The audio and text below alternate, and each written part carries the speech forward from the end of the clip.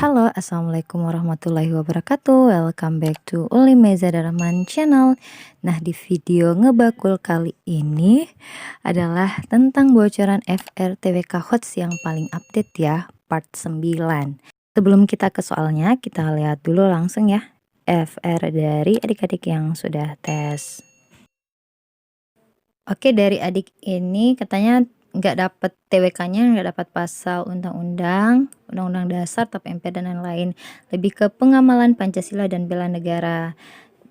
Kemudian ada soal bahasa Indonesia yang ditanya tentang kesimpulan dari teks dan kalimat efektif. Nah, juga ada juga yang katanya di TWK-nya itu dapat tentang tokoh nasional Muhammad Hatta disebut sebagai Gandhi of Java itu karena apa? Nah, kalau yang ini TWK-nya sama ya tentang pengamalan Pancasila dan mengenai bahasa Indonesia. Kemudian untuk yang selanjutnya katanya nggak nemuin pasal. Jadi ada banyak butir-butir pengamalan Pancasila, kemudian bahasa Indonesianya tentang mencari kesimpulan kalimat efektif. Nah, ada juga tentang bela negara dan nasionalisme. Dan itu ada tentang Budi Utomo dan ada juga yang agak rumit ya. Katanya kayak yang Vietnam sama Myanmar, tapi lupa soalnya kayak gimana. Intinya kalau TWK itu harus lebih fokus. Oke, jadi ini soal nomor 1 Kakak hanya prediksi aja ya, soal yang tadi adik tadi yang bilang tentang AFR Muhammad Hatta sebagai Gandhi of Java itu seperti apa. Nah, di sini Kakak buat soalnya ini hanya prediksi dari Kakak ya. Nah, soalnya itu bagi banyak orang korupsi selembar kertas barangkali hanya satu dosa kecil yang gampang saja dimaafkan dan dilupakan, tapi tidak bagi Bung Hatta. Dia tak hanya perhatian terhadap urusan yang melibatkan uang negara dalam jumlah besar, tapi juga keras memegang prinsip untuk banyak hal yang mungkin dinilai orang hanya urusan sepele.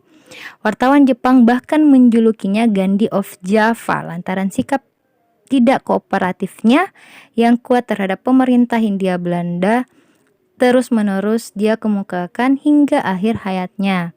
Nah, sikap ini dipegang oleh Bung Hatta karena beliau meyakini bahwa sebaik-baiknya dasar bernegara adalah hendaknya berpegang teguh kepada nilai-nilai murni Pancasila.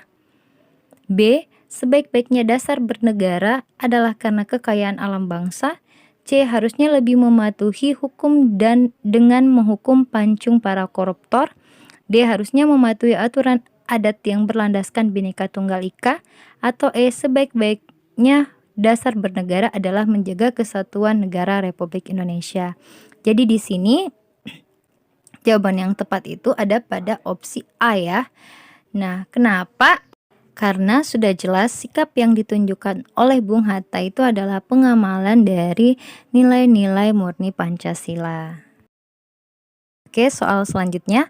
Untuk pertama kalinya sejak dihantam krisis moneter pada tahun 1999, ekonomi Indonesia mengalami penyusutan atau kontraksi pada triwulan kedua. Itu menurut data dari Badan Pusat Statistik ya. Ekonom menilai hal ini menandakan resesi ekonomi sudah di depan mata. Dalam pengumuman pada Rabu tanggal 5 Agustus, BPS menyatakan angka produk domestik bruto pada triwulan 2 tahun 2020 menyusut sebesar 5,32%. Penyusutan ini lebih besar dari prediksi pemerintah dan Bank Indonesia. Ini juga dinilai sebagai dampak dari penyebaran pandemi COVID-19. Hal ini akan berdampak besar dalam perekonomian Indonesia. Nah, yang bukan merupakan akibat dari resesi ekonomi adalah A. Para pencari kerja di Indonesia bisa kesulitan mencari lowongan pekerjaan dalam beberapa bulan ke depan. B. Pendapatan perusahaan dan pelaku usaha juga bisa menurun lantaran berkurangnya daya beli masyarakat. C. Bertambahnya angka kemiskinan. D. Tetap menggunakan kartu kredit untuk berbelanja sehingga tidak mengurangi simpanan dana yang ada. Atau E. Besarnya angka pemberhentian hubungan kerja atau PHK. Nah, di sini sebelumnya adik-adik harus tahu dulu apa sih itu resesi. Jadi resesi itu adalah suatu keadaan ketika atau di mana pertumbuhan ekonomi mengalami kontraksi atau minus ya, atau menurun selama 2 kuartal berturut-turut. Nah, adapun beberapa faktor penyebab resesi ini, yang pertama, guncangan ekonomi yang tiba-tiba, yang kedua, utang yang berlebihan, yang ketiga, gelembung aset, yang keempat terlalu banyak inflasi, kemudian yang kelima terlalu banyak deflasi dan perubahan teknologi ya.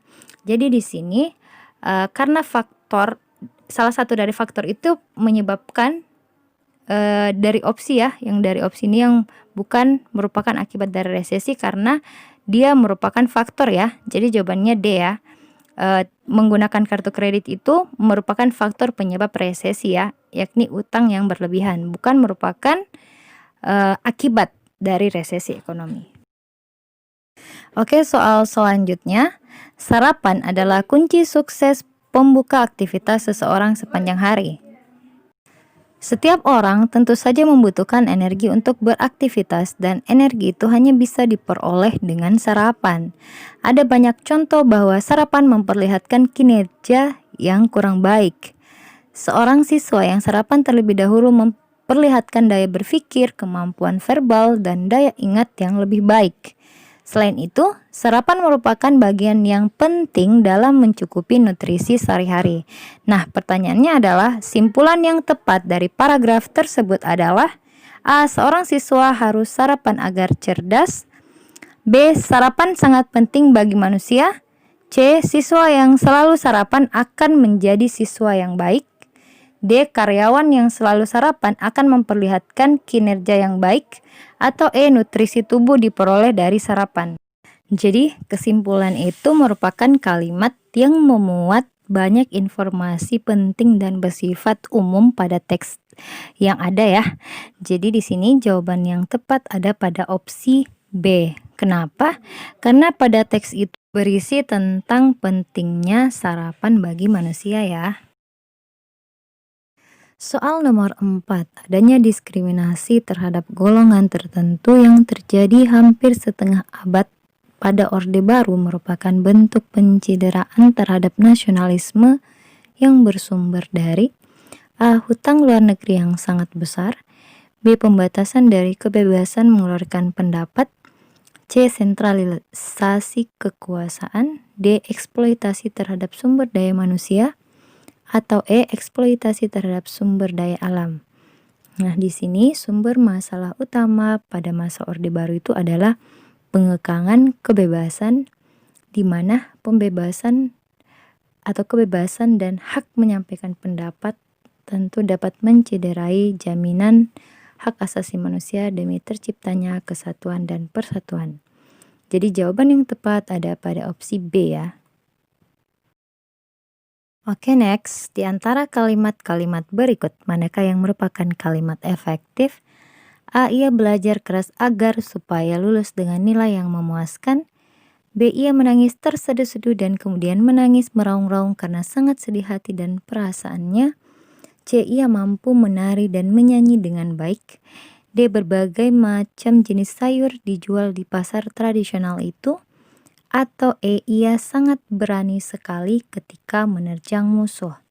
Nah, sebelumnya kita harus tahu dulu ya, kalimat efektif itu adalah kalimat yang tersusun mengikuti kaidah kebahasaan secara baik dan jelas serta hemat kata ya. Jadi tidak boleh ada pemborosan kata di sini kalau untuk kalimat efektif.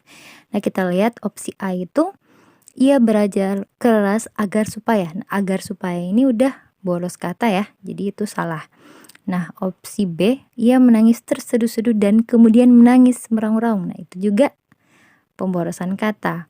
Nah, kalau C ini, nah ini jawaban yang tepat ya. Karena ini jelas ya, dia jelas efektif kalimatnya. Nah, kalau D kenapa salah? Karena ada kata berbagai macam, kemudian ada jenis lagi, berbagai jenis. Berarti udah double ya. Nah, kalau E itu ada kata sangat dan sekali. Itu kan sama maknanya ya. Sangat berani sekali itu terjadi pemborosan kata di situ. So, jawaban yang tepat ada pada opsi C ya. Next, soal terakhir. Warga negara Indonesia seharusnya mengenal dan mengetahui semua hal yang berkaitan dengan bangsa Indonesia. Oleh karena itu, pemerintah membentuk sebuah konsep tentang pengenalan bangsa yang dikenal dengan wawasan Nusantara. Warga negara Indonesia harus mempelajari wawasan Nusantara agar, berarti ini yang ditanyakan adalah tujuan dipelajarinya wawasan Nusantara ya. Nah, kalau berkaitan dengan wawasan Nusantara itu ada artinya ya, berkaitan dengan pandangan ya, wawasan, berarti pandangan kita terhadap sesuatu. Nah, kita lihat opsinya saja, yang ada kata pandangan kita skip, bisa jadi itu benar, yang tidak ada kita eliminasi ya. Berarti A, Alfa itu ada ya pandangan, Bravo nggak ada berarti kita eliminasi, Charlie nggak ada, Delta juga nggak ada, jadi error ada ya pandangan. Jadi antara A dan E. Nah, di sini yang ditanyakan adalah dari situasi di soal itu, warga negara Indonesia seharusnya mengenal dan mengetahui ya, mengenal dan mengetahui semua berkaitan tentang bangsa Indonesia. Jadi di sini jawaban yang tepat adalah opsi E ya. Karena di situ opsi E ada statement bahwa memiliki pandangan sama tentang diri dan lingkungan yang beragam ya, untuk dalam mewujudkan persatuan dan kesatuan. Jadi itu sudah sesuai dengan konteks pada soal. Oke, itulah tadi bocoran EFR dari adik-adik yang sudah tes sekolah kedinasan 2020 ini ya. So, ditunggu ngebakul selanjutnya untuk part selanjutnya ya. Jadi kakak doakan untuk adik-adik yang sudah tes namun belum rezekinya, jangan berkecil hati, tetap semangat ya, insya Allah ada rezeki yang lebih baik lagi. Nah, untuk adik-adik yang sudah tes dan mendapatkan udah melewati nilai ambang batas, semoga masuk perankingan. Dan untuk yang belum tes, semangat, tetap semangat dan terus mengeksplor kemampuan adik-adik dengan mengerjakan soal, melatihan soal dari berbagai sumber ya. So, terima kasih, selamat menonton, semoga bermanfaat. Jangan lupa like, comment, share, and subscribe. Assalamualaikum warahmatullahi wabarakatuh.